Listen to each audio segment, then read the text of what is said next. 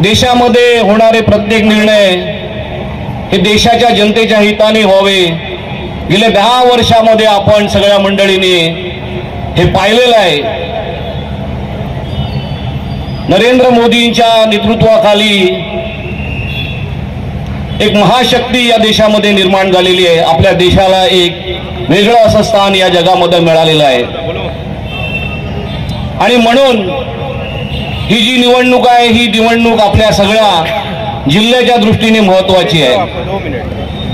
आज काही लोक विकासाच्या मुद्द्यावर मतं मागतात। मी या ठिकाणी जमलेल्या तमाम माझ्या कार्यकर्त्या बंधू भगिनींना विचारू इच्छितो, या जिल्ह्यामध्ये विकास झालेला आहे असं आपलं म्हणणं आहे का?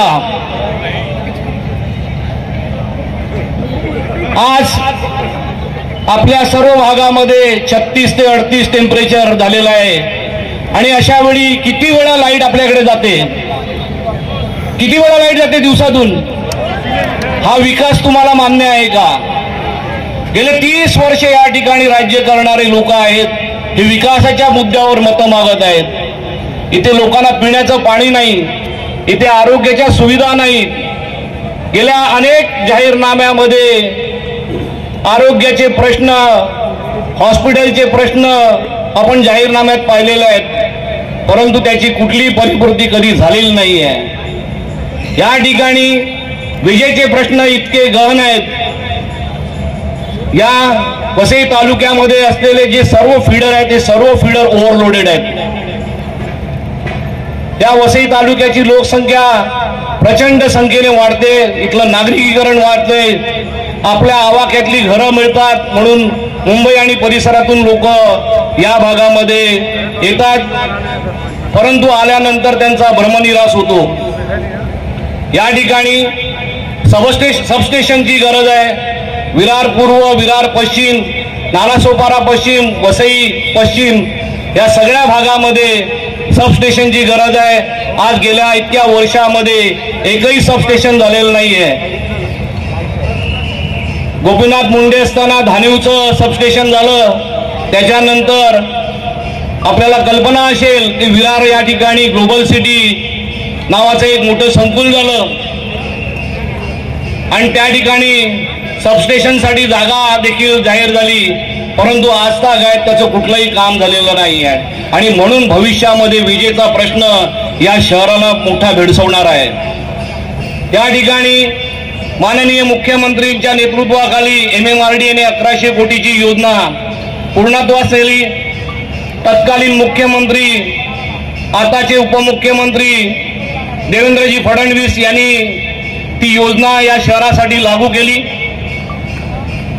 गावित साहेब इथे साक्षीदार आहेत। पाण्यासाठी गावित साहेबांच्या नेतृत्वाखाली आम्ही अनेक आंदोलनं या शहरामध्ये केली। ही योजना मागच्या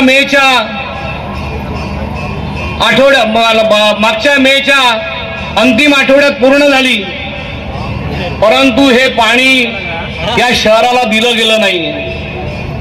या शहरामध्ये पाणी येऊ नये असे जाणीवपूर्ण प्रयत्न झाले। गावित साहेबांच्या नेतृत्वाखाली आम्ही माननीय मुख्यमंत्र्यांना अनेक वेळा भेटले।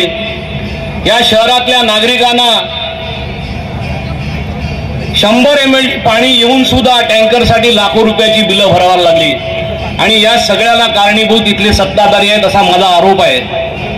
आणि म्हणून माननीय नरेंद्र मोदीजींच्या नेतृत्वाखाली या जिल्ह्यामध्ये आज अनेक मोठे प्रकल्प चालू आहेत। विकासाची गंगा या जिल्ह्यामध्ये आलेली आहे। स्नेहाताईंनी आपल्या भाषणामध्ये इथे सांगितलं 2500 कोटी रुपये देणारे पहिले पंतप्रधान आहेत, 14वे पंतप्रधान पहिले पंतप्रधान आहेत। त्यांनी या जिल्ह्यासाठी पाण्यासाठी 2500 कोटी रुपये दिले।